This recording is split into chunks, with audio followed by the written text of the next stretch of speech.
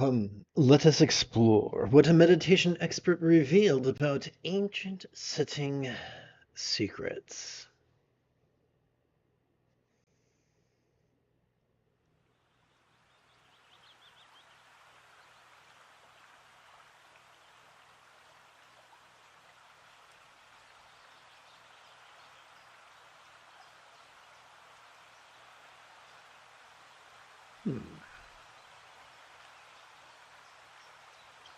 Well, that's odd. Let me fix this real quick.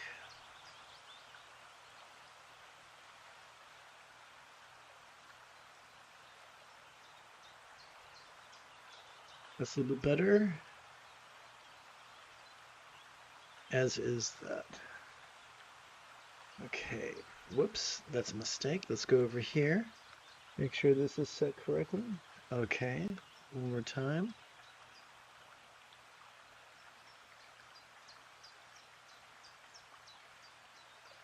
All right. Good morning, Shivi. Together as a team, let's everybody relaxingly recite together. Our mind dwells in our central nervous system, and our central nervous system dwells in our physical body of flesh, blood, and bone. The advantage to this is that we could make subtle adjustments to the manner in which we sit, thus enhancing the duration and profundity of our practice of meditation.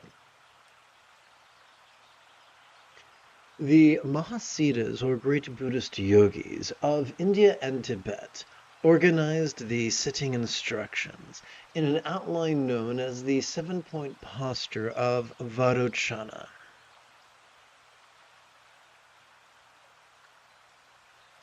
The first point concerns our legs. I've added some photos, just as I threatened. We could find a so-called Mexican yoga blanket online for about $20. We could fold it in such a manner as to approximate a 24 by 18-inch rectangle. May we remember to wash it weekly, for the work of sitting could be a sweaty business. The majority of contemporary contemplative art depicts the Buddha sitting in a full lotus posture. What an excellent example of the effect of patriarchy's toxic elitism upon art. For few can comfortably and sustainably assume that posture or asana for 2 hours daily. The most ancient Buddhist art, however, depicts Gautama the Buddha sitting in what some would describe as merely the quarter lotus posture. Now, this is where I want to add an image. Please bear with me. Insert, pictures, device. Okay, let's go to Varochana project. And here we go. I'm going to hit, well, I guess I'll do this later on. Let's just hit cut right now and continue. Wherein one leg lays flat upon the other like a sandwich. It is important, therefore, to remember that it is our hips that are ball joints, whereas our knees are merely hinge joints. I think this is where I'm supposed to add something. Let's see here. Insert, pictures, this device. Okay, here we go. Let's hit,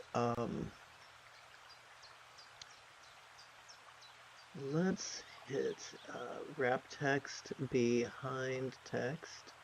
See if that works.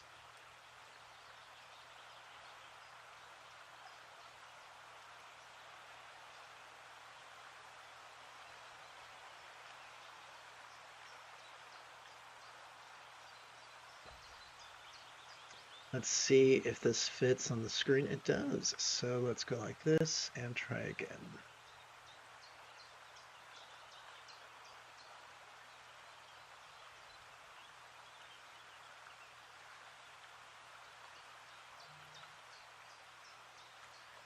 Okay, here we go.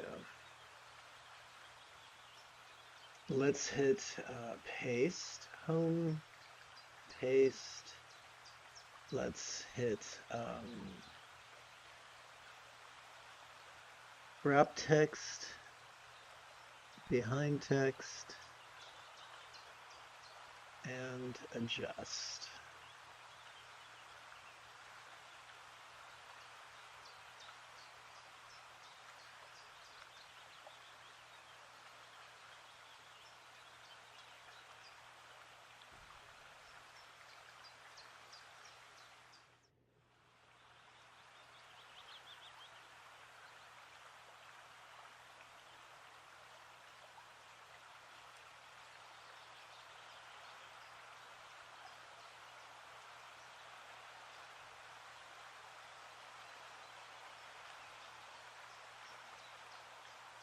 Okay, that works. And hopefully this will create some context here. It is important, therefore, to remember that it is our hips that are ball joints, whereas our knees are merely hinge joints. Treating them as if they were as omnidirectional as our hip joints could lead to needless injuries and unnecessary injuries. Sorry, I misread that. 1,000 pardons. Copy. Paste.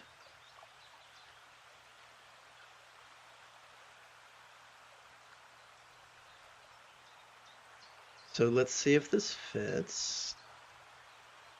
What happens if I go over here?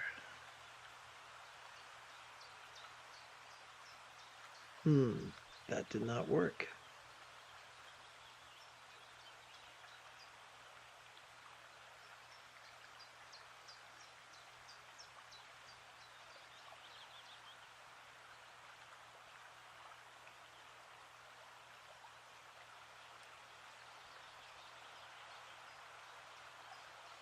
By experimenting with our hip joints, we could rest our insteps upon the blanket instead of the bony crowns of our ankles, which would be needlessly painful.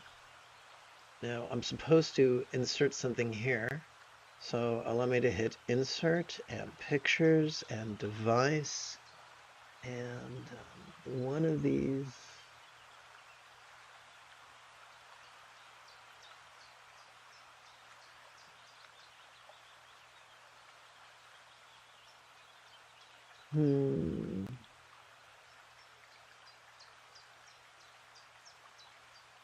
Let's try this one, see if it works.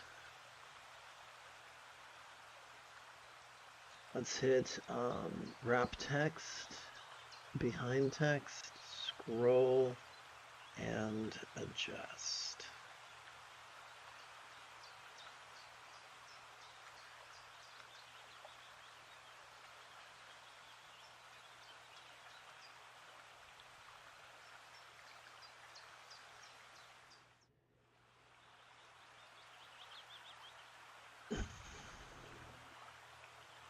Let's see if that fits.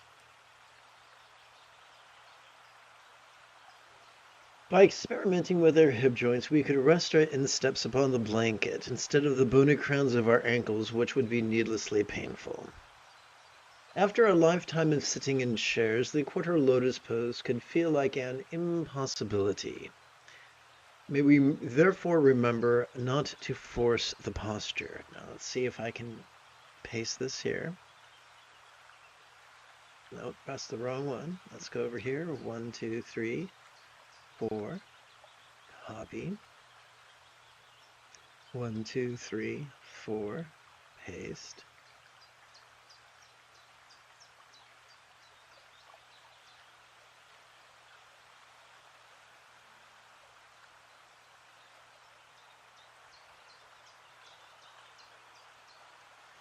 After a lifetime of sitting in chairs, the quarter lotus pose could feel like an impossibility. May we therefore remember not to force the posture. Once we have assumed as sustainable a version of this posture as we can surrender to temporary imperfection. I have to write myself a note because I need to, as a photograph I forgot to request. So let's go over here to next photo shoot.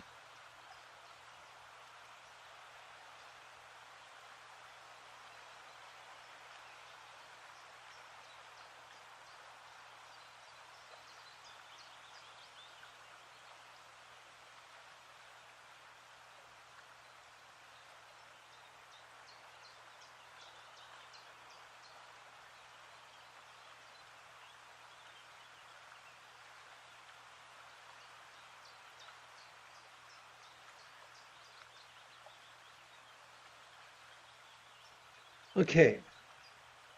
Whoops, wrong button. Let's continue. Allowing time and energy to work their so-called magic as they return our bodies to a semblance of the flexibility we once enjoyed as children.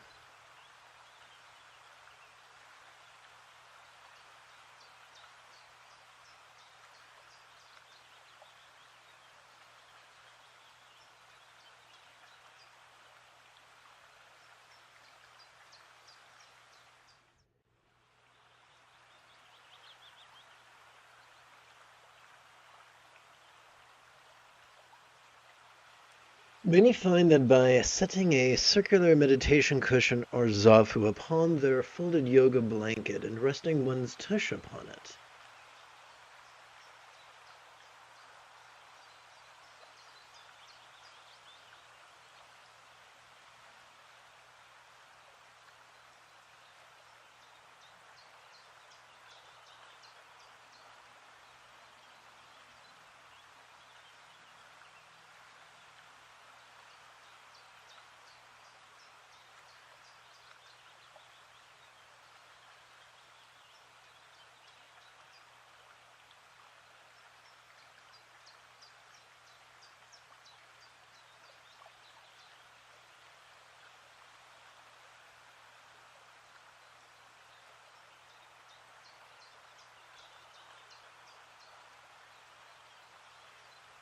many find that by setting a circular meditation cushion or zafu upon their folded yoga blanket and resting one's tush upon it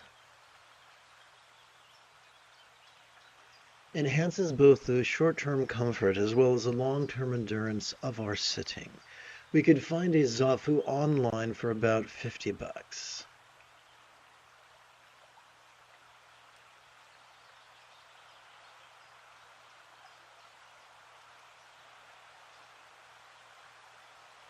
The better ones are filled with buckwheat holes and have a side zipper through which you could add more holes once the old ones have settled. Let's hit insert, pictures, this device, and let's see here.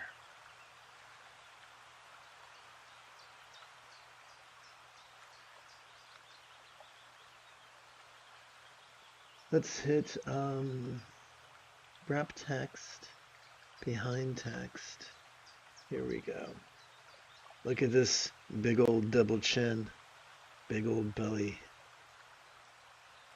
Used to be pretty, I tell you.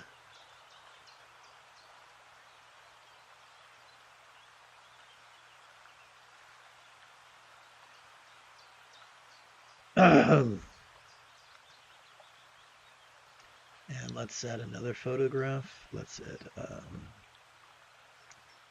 hit insert, pictures, this device. Here we go.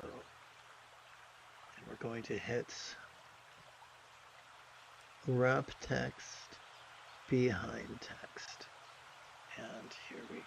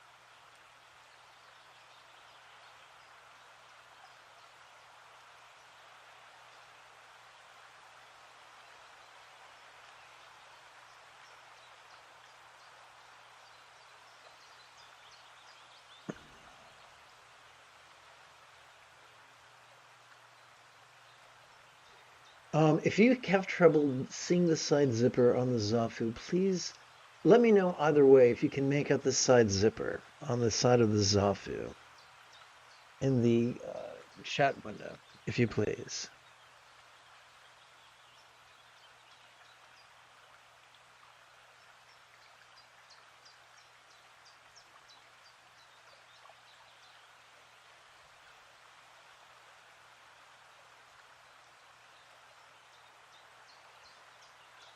The second point concerns our hands, which we explored in great detail in a previous chapter discussing Bengali crease counting. The third point concerns our spine. With each inhalation, we could generate a vertical traction between our tush and the back of our head. You can see it. Thank you, Shivi. All those carrots must be paying off together. The third point concerns our spine. With each inhalation, we can generate a vertical traction between the tush and the back of our head, as if we were pulling our head out of the warm, dark place we sometimes keep it. During our exhalation, we are wired to subtly relax this traction. The fourth point concerns our shoulder blades or scapula. With each inhalation, the vertical traction of our spine could gently open our shoulder blades. In a manner reminiscent of a hungry vulture spreading its wings to protect its meal from greedy competitors. Vultures are often referenced in Buddhist teachings as a reminder of the inevitability of the various forms of impermanence, which, although inconvenient and sometimes frightening, could aid in our release and letting go. Could aid our training in release and letting go. The fifth point concerns our head, with each inhalation subtly dropping our chin down towards our breastbone or sternum could be the natural consequence of subtly pulling the back of our head up while simultaneously opening our shoulder blades. The sixth point concerns our mouth. With each inhalation, our jaws could subtly part though lips are closed.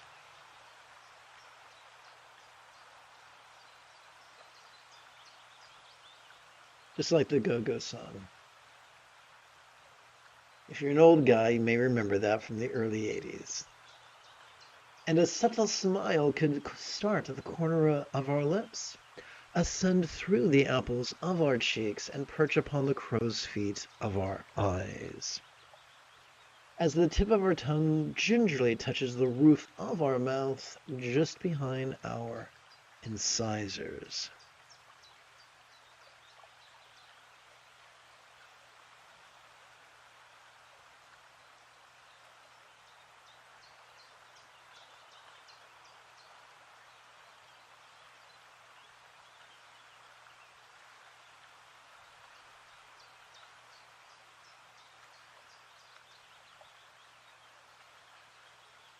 The seventh and final point concerns our gaze.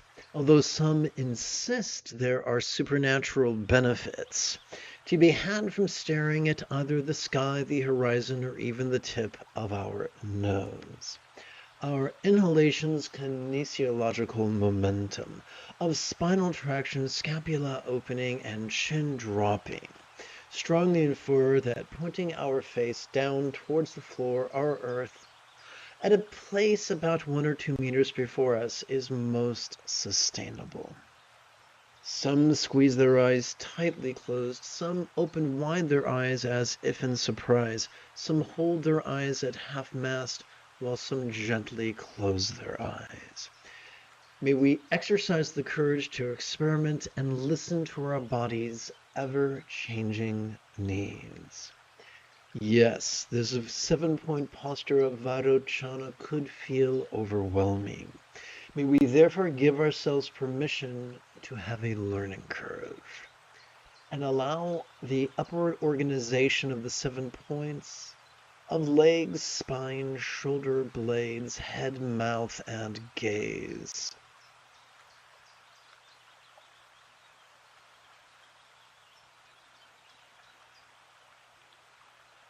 Ah,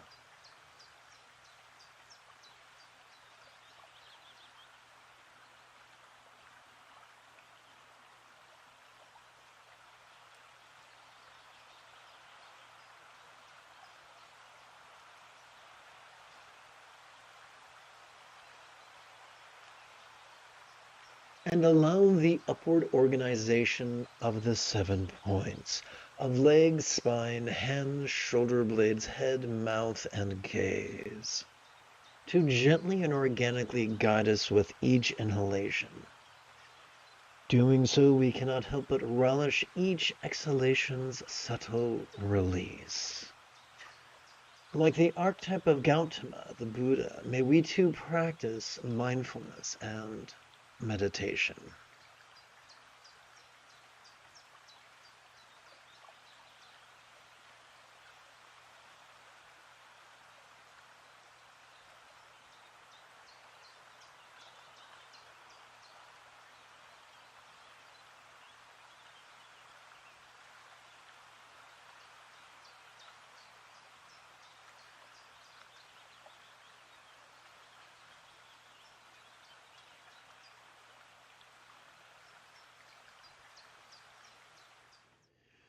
Having completed our opening lesson, let us shift gears.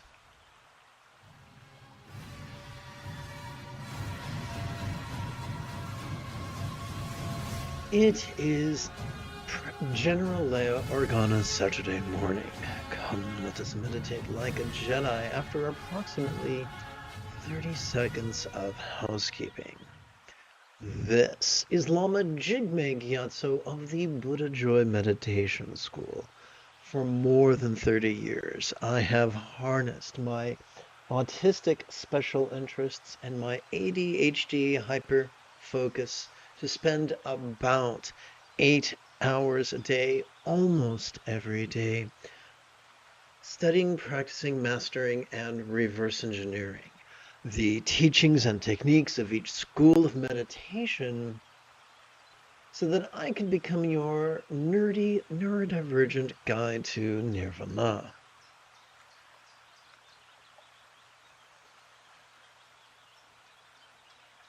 Come, let us meditate like a Jedi, which is made possible during welcome to Meditate Like a Jedi, which is made possible due to the generosity of viewers just like you.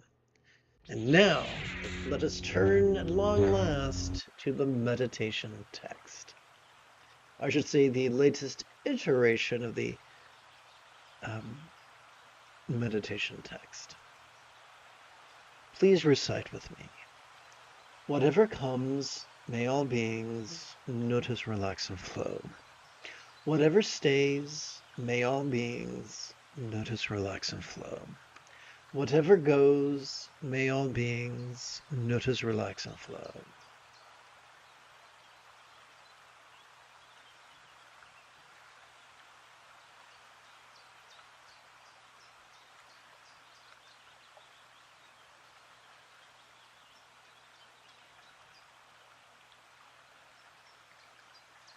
At long last, welcome to the first of 5 mindful crease counting meditations.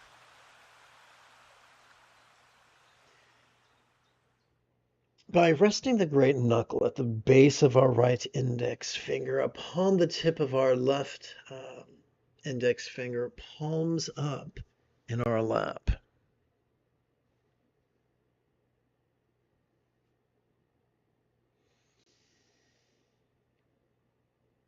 We could gently invite our real or imagined subtle energies to automatically coalesce at the crown region of our head. The most efficient way to practice mindfulness is to silently and mentally recite the verb noticing during each inhalation.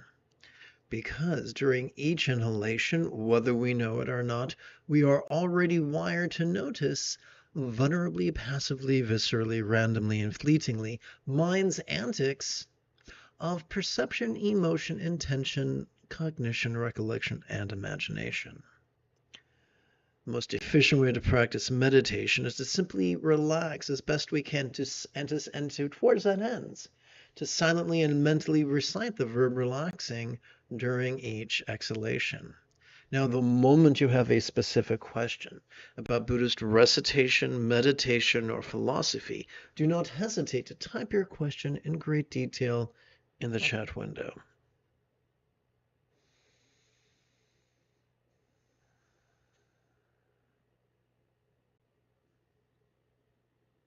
Until then, right now, as a team, let's practice.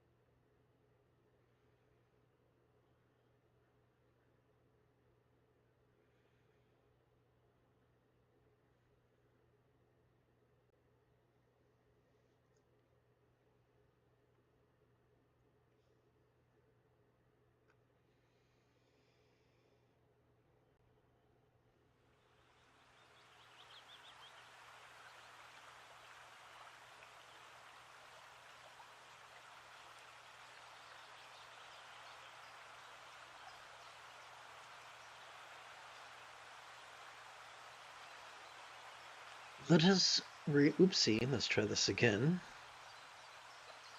Let us relaxingly recite an excerpt from the vast expanse of the diamond-like mind, composed about 14 centuries ago by Prahevajra, translated from the Tibetan by Chogyal Namkhai Norbu, translated from the Italian by Adriano Clemente, adapted and amplified by this MOOC which sits before you now.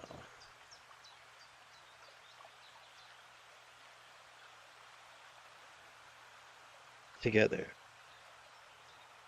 This is the path equally available to all that naturally abides in all beings. But since ordinary people are defiled by delusions, we are like doctors seeking medicine. This is the path equally available to all that naturally abides in all beings. So I'd like to I would like to subject you momentarily to a visual aid.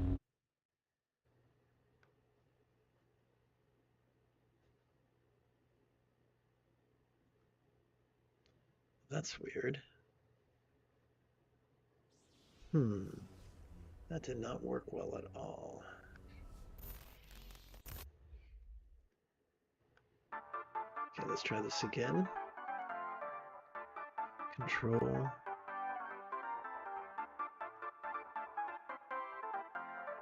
Well, there's something wrong. Okay.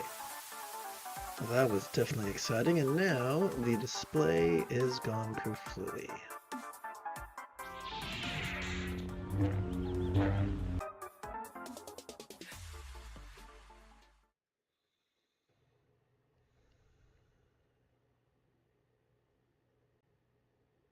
Here we go. This is a good one. So, each of us has a sympathetic nervous system ensconced within the middle third of our spinal cord that makes possible noticing in a manner that is vulnerable, passive, visceral, random, and fleeting.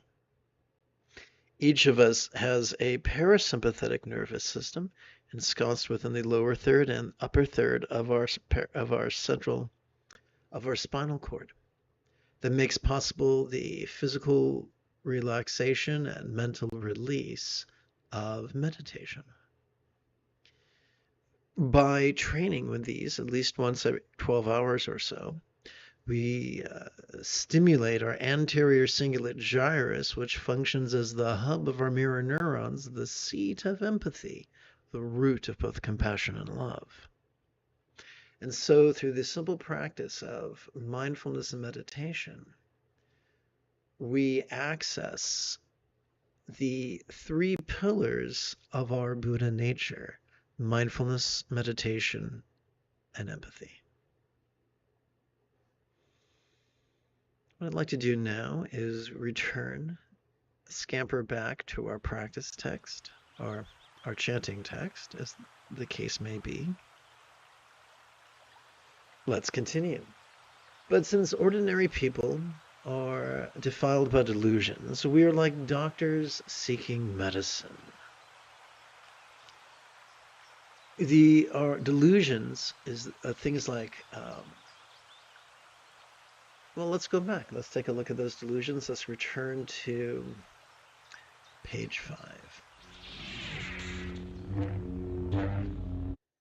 What am I looking for? Well, I'm looking for this button and this button. Whoops, wrong one. This one. So the delusions we have been indoctrinated into are the delusions that it's wonderful to be rigid and fearful and superstitious and controlling and elitist and cryptic and competitive and cruel. We have each like a tea bag. Oh, that's not a good one. We've each been steeped in this by our culture. And the good news is even the Buddha was. But we all have the opportunity to choose the opposite, to replace yang with yin, to replace the religious with the spiritual, to replace spiritual religious patriarchy with spiritual matriarchy. We can all become flexible, loving, rational, laid back, egalitarian, lucid, cooperative, and kind. And that is as easy as noticing when we breathe in and relaxing when we breathe out, at least twice a day. That's not a big ask. So I'm going to hit button 14 yet again.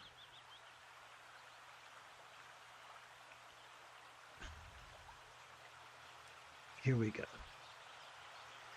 This is the path equally available to all that naturally abides in all beings. But since ordinary people are defiled by delusions, we are like doctors seeking medicine. So here's the thing. Well, allow me to recite again together as a team. This is the path equally available to all that naturally abides in all beings.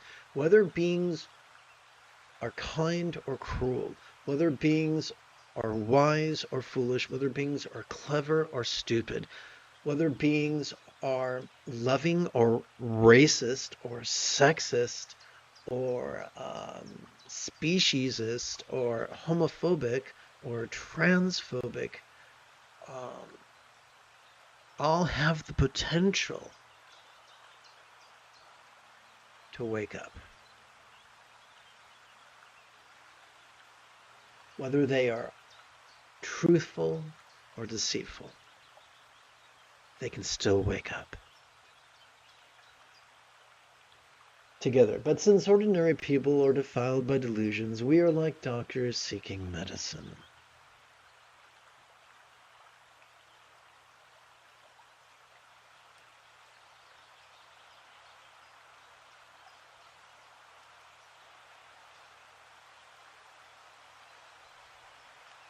Whoops.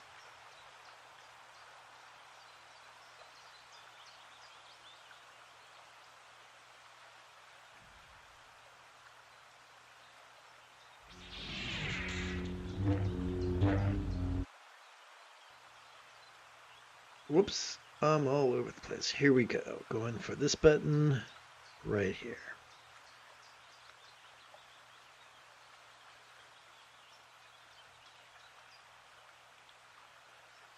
Upon the tips of our 4 left fingers, we could rest the great knuckles of our right hand, palms up in our lap.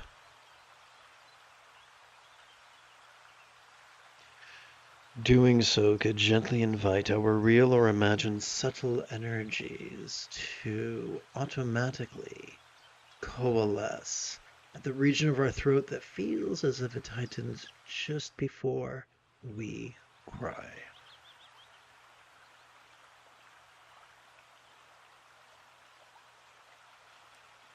During each inhalation, we could vulnerably notice mind's antics. During each exhalation, we could relax into mind's non-graspable nature. This is the essence of meditation.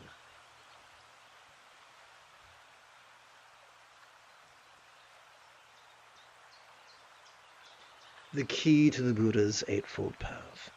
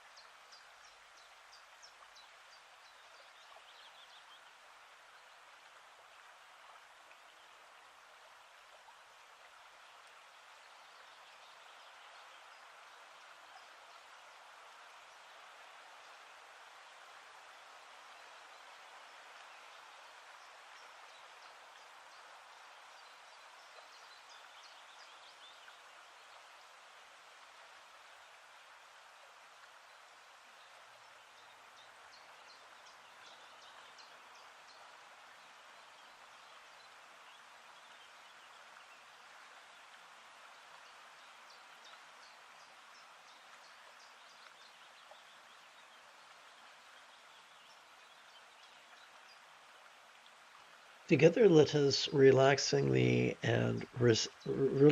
recite this next passage 4 times.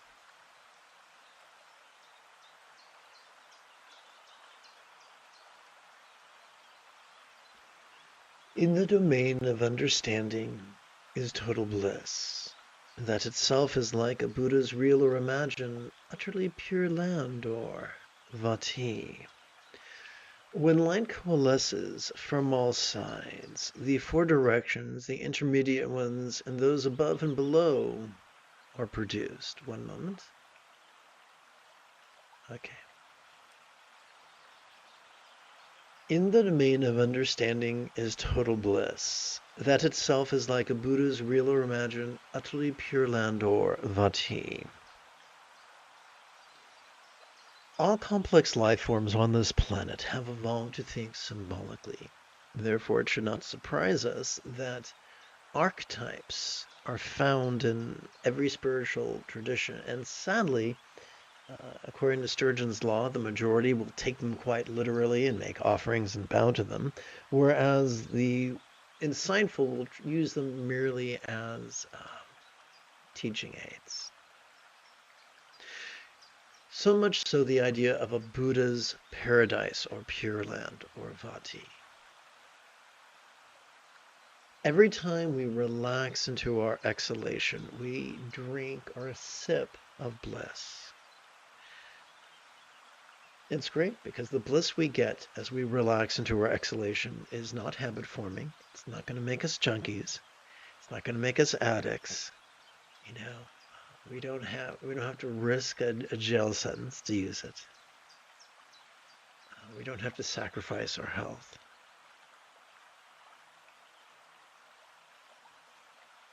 Whatever bliss we experience as we practice mindfulness and meditation could begin to feel as if it was as non-graspable as a Buddha's real or imagined paradise comprised only of light. Together, when light coalesces from all sides and the 4 directions, the intermediate ones and those above below, are produced.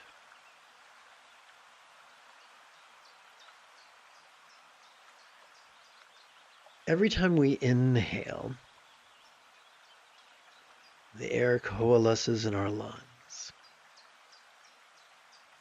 And that air keeps us alive. It's very, very important. But as we relax into our exhalation, that's bound to follow, that life-giving air could feel as if it was as non-graspable as rainbow light. And during our next inhalation, we cannot help but notice. We are wired to vulnerably, passively, viscerally, randomly notice. Sights, sounds, sensations, flavors, scents, and the like. Whether those are external or internal, physical or mental, pleasurable or painful, interesting or boring, glorious or grotesque. We are wired to notice them.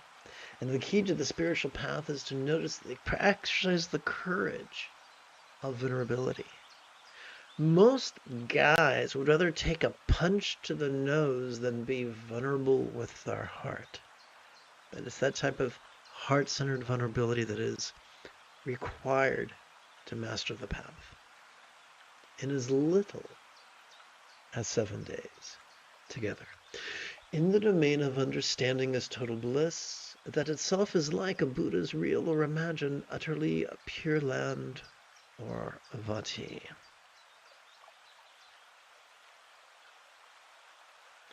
When light coalesces from all sides, the 4 directions, the intermediate ones, and those above and below are produced.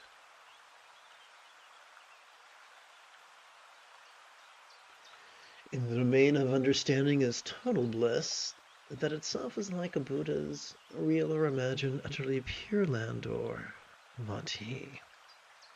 When light coalesces from all sides, the 4 directions, the intermediate ones, and those above and below are produced.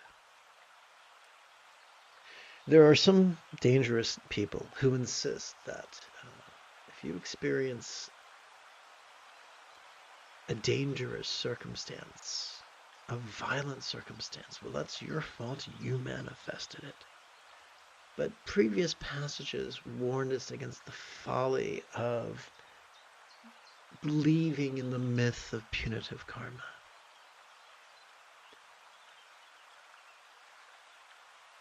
We are surfing the waves of causality that are older than ourselves, that are older than humanity, that are older than the planet, that perhaps even older than this universe. That is why the finer neuroscientists and physicists no longer believe in free will. So let us therefore make the most of whatever befalls us. Making the most, how do we do that? By noticing and releasing and loving.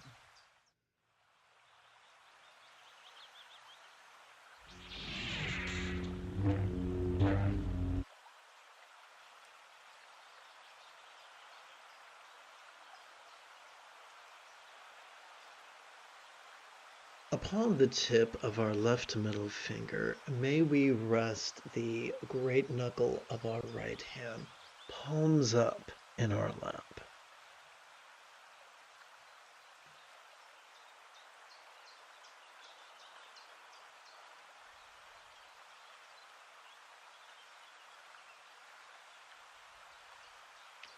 Doing so, we gently invite our real or imagined subtle energies to automatically coalesce at the heart region of our chest.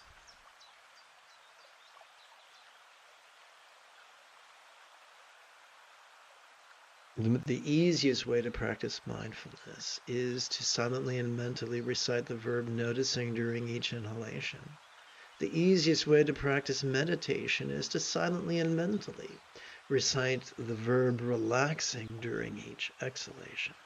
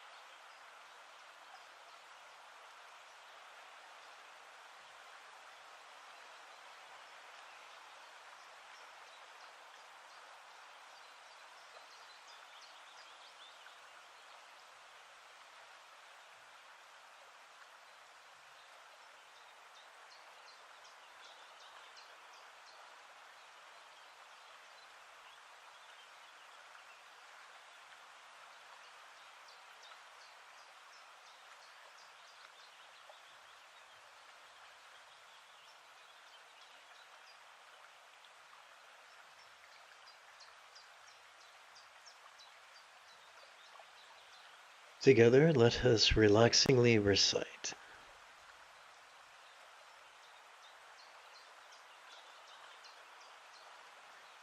From the subtle spectrum of the rainbow-like features of the five Buddha families seem to manifest elements, perceptions, aggregates, and mental poisons. And likewise, the moving features and unmoving environment are superior to the analysis of minutiae of the five elements and the like.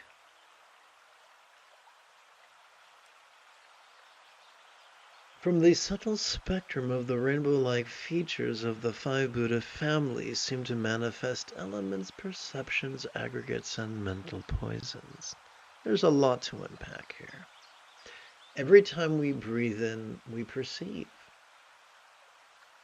We note it, we vulnerably, passively, viscerally, randomly, and fleetingly notice all manner of things.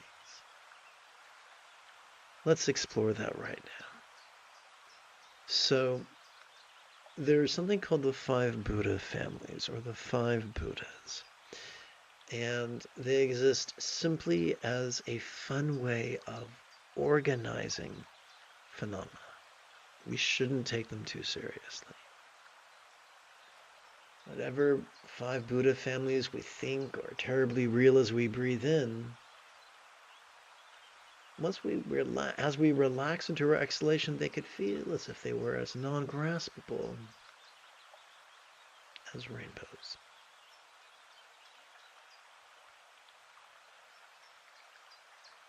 Whatever space element we perceive as we breathe in could feel, let's speed this up. Whatever space element or heat element or water element or earth element or energy element we notice as we breathe in could feel as non-graspable as a rainbow as we relax into our exhalation. As we relax into our exhalation, whatever sights, sounds, sensations, flavors, or scents that we noticed during our previous inhalation could feel as non-graspable as a rainbow. As we relax into our exhalation, whatever experience of form, feelings, appraisal, impulse, or awareness we noticed during our previous inhalation could begin to feel as if they were as non-graspable as a rainbow. As we relax into our exhalation,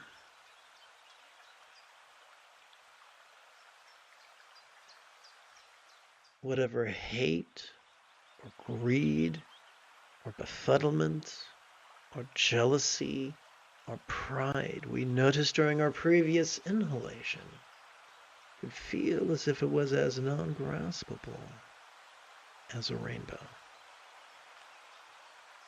Together.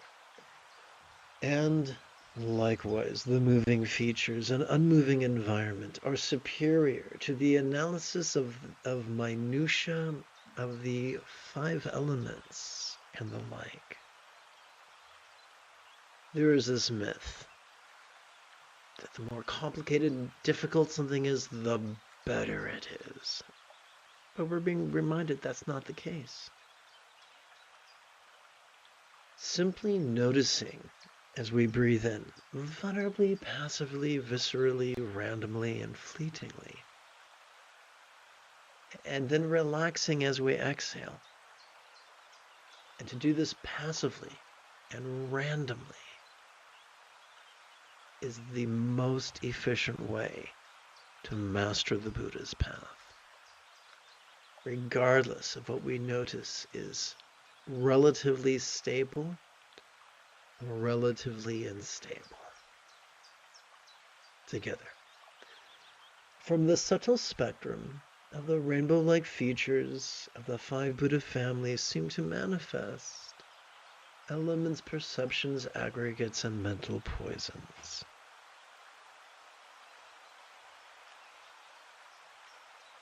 And likewise, the moving features and unmoving environment are superior to the analysis of minutiae of the five elements and the like. Now, of course, I've got to make a sci-fi reference.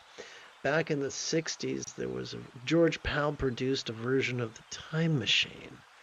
And in it, there was the time traveler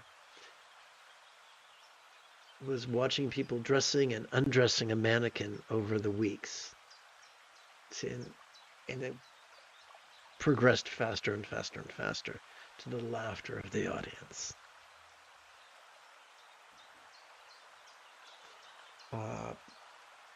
In a fun twist of fate, the time machine prop from that movie made its way into the first or second season of Big Bang, or the Big Bang Theory. Let's continue. From the subtle spectrum of the rainbow-like features of the five Buddha families seem to manifest elements, perceptions, aggregates, and mental poisons.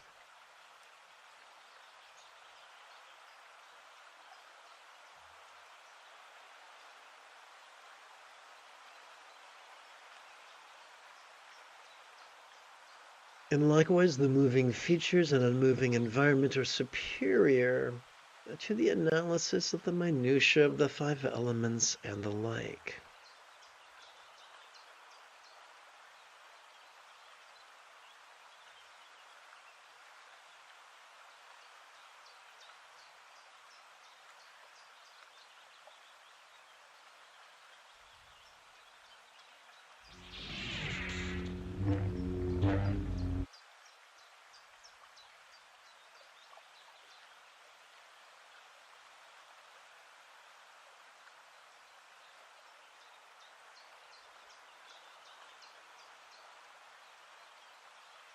Upon the tip of our left ring finger, let us rest the great knuckle at the base of our right ring finger, palms up in our lap.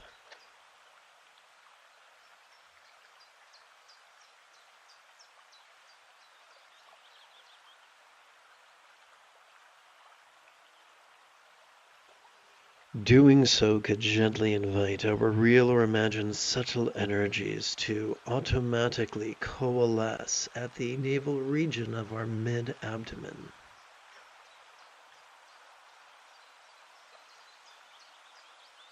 Let us silently and mentally recite the verb noticing during each inhalation and silently and mentally recite the verb relaxing during each exhalation, that together as a team we might practice the essence of mindfulness and meditation.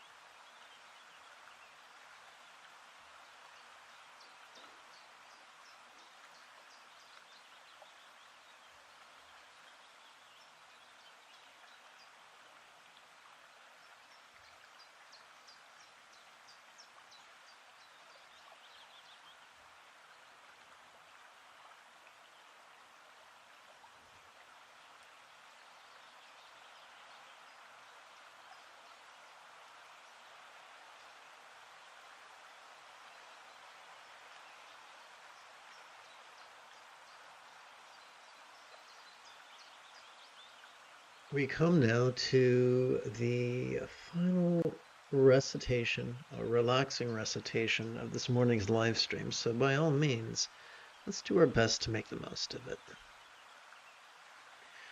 This does not abide in the designations of past, future, and present.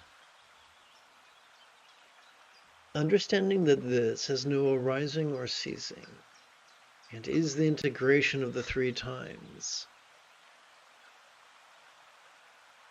into the state of total emptiness-like non-graspability. This does not abide in the designations of past, present, and future. Whatever memories as we relax into our exhalation, whatever memories or perceptions or imaginings we experienced during a previous inhalation could feel as non-graspable as a rainbow, could feel as non-graspable as an infinite, empty void. As non-graspable as vast, empty void. That's the phrase I was looking for. An example of that, an example of a non-graspable, vast, empty void could be the illusion of the infinite azure sky on a bright and beautiful cloudless morn, which, although could be tantalizing to the eye, is most certainly non-graspable to the hand. Together, understanding that this has no arising or ceasing, and is the integration of the three times into the state of total emptiness-like non-graspability.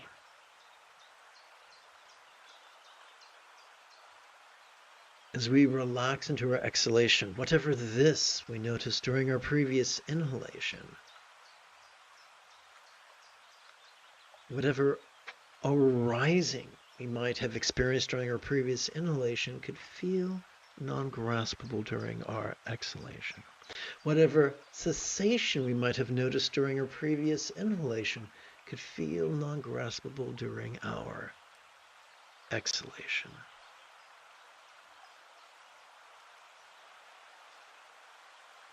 Whatever memory or perception or imagining we might have noticed during our previous inhalation could feel non-graspable during our exhalation. And it is the letting go that is kind of like children being instructed to put their toys back in the toy box after they're done playing, before they wash their hands in preparation for lunch. Only instead of us trying to put a memory back in the past or put an imagining back in the future, we're just letting go of it as we relax. Let's continue. This does not abide in the designations of past, future, and present. Understanding that this has no arising or ceasing, and is the integration of the three times into the state of total emptiness-like non-graspability. This does not abide in the designations of past, present, past, future, or present. Understanding that this has no arising or ceasing, and is the integration of the three times into the state of total emptiness-like non-graspability. Ooh, a question, how cool. So, quick like a bunny. I'm going to do my best to be coordinated and tap button 8. Come on, button 8. Here we go. Let's see. Victor is amongst us. Welcome here. Well, it's always nice to have you here, Victor. Okay, so I'm going to do my best to touch the right button. I think it's this one. Okay. Victor wrote, "Good evening, Lama. May the gods and Buddhas bless you in your stream and life." Thank you. I haven't visited you for a while. I haven't had the opportunity. Yesterday I watched the video of our Russian-speaking guy, how he got to Tibet in China with his Chinese wife. I looked at these sacred places with tears in my eyes. This is something extraordinary. I want to go there and touch the history and local spirits. Perhaps you could someday. Perhaps you could. But I would remind you of something sobering, if I may.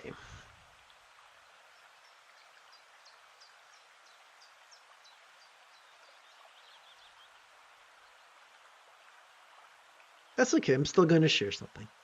So here we go.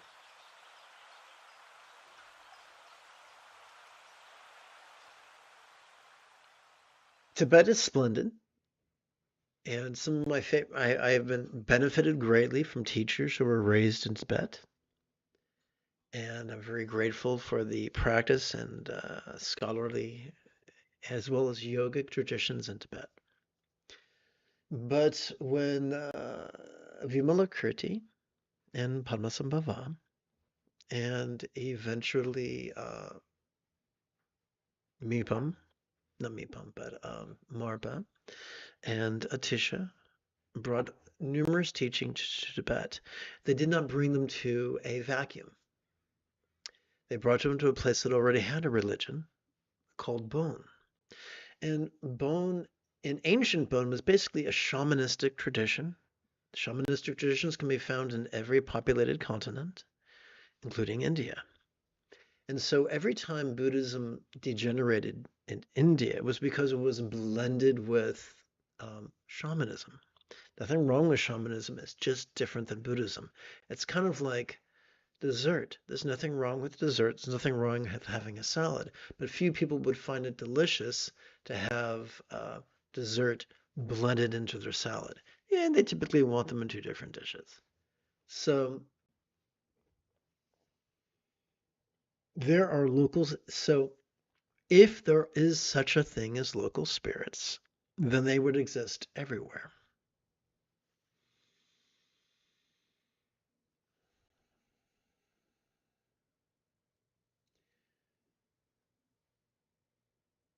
A Tantrika would say, a Mahayana would say, take refuge in the Buddha, the Dharma, and the Sangha. Or in other words, take refuge in the Buddha's example, instructions, and students.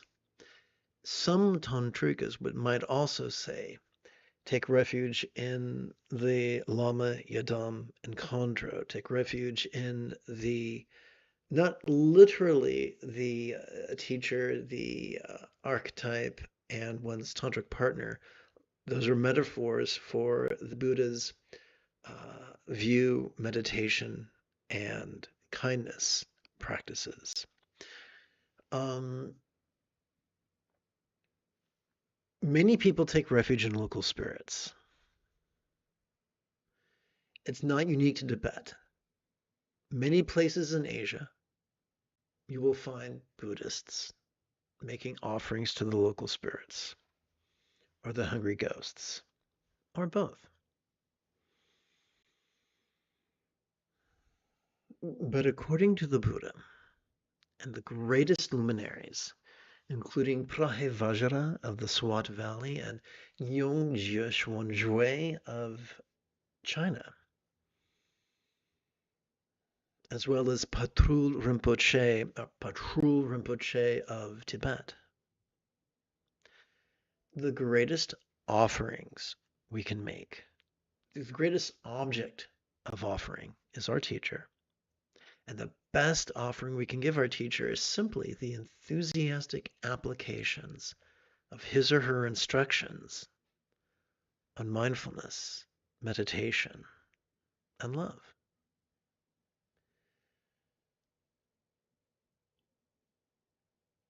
Many people, wiser than myself and perhaps even you, have spent time and energy working with local spirits and have come to regret it.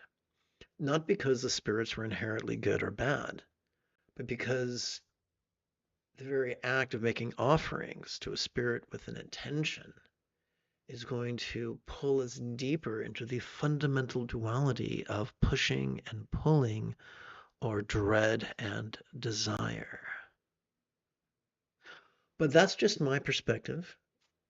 You're welcome to have your own.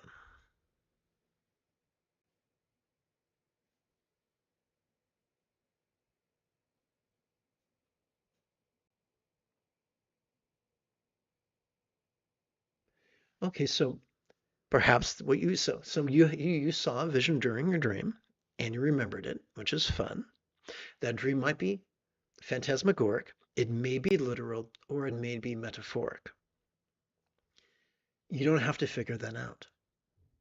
As you sit in meditation and memories of the dream assail you, you can let yourself be vulnerable and feel whatever you feel. You could feel great empathy for these real or imagined or metaphoric entities. And as you exhale, you could relax your grasp on those entities, your perceptions, and your reactions to them. According to the greatest luminaries, that is the greatest good you could do for them. Be vulnerable to them and release them in harmony with your inhalation and exhalation. That is the highest liberation offering. That is the highest Cho offering. Let's continue.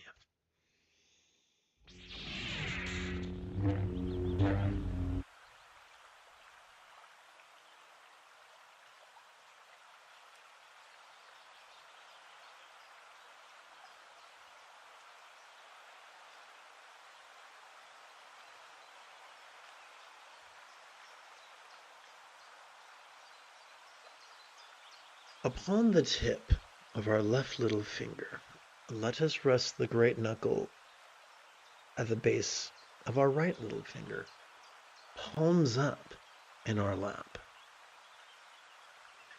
Doing so could gently invite our real or imagined subtle energies to automatically coalesce at the bladder region of our lower abdomen.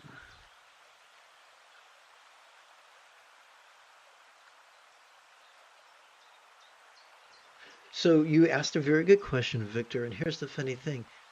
You don't have to. The power of Hatha Yoga, the power of Dzogchen, the power of Mahasanti, the power of Dhyana, the power of Samadhi is ignorance. Being comfortable in our uncertainty is a gateway of liberation. For certitude is more of a bear trap. It's more of a prison cell than a guard's key to open the cell.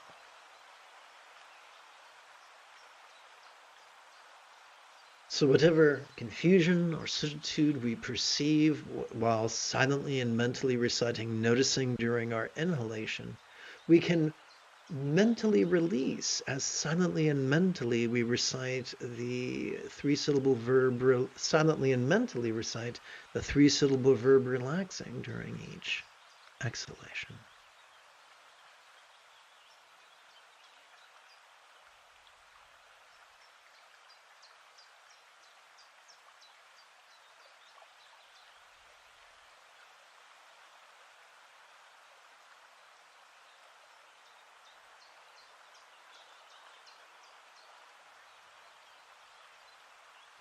In the contemporary classic, The Words of My Perfect Teacher, Zalpatrul Rinpoche lambasts lamas who would earn their living prancing about the countryside performing rituals.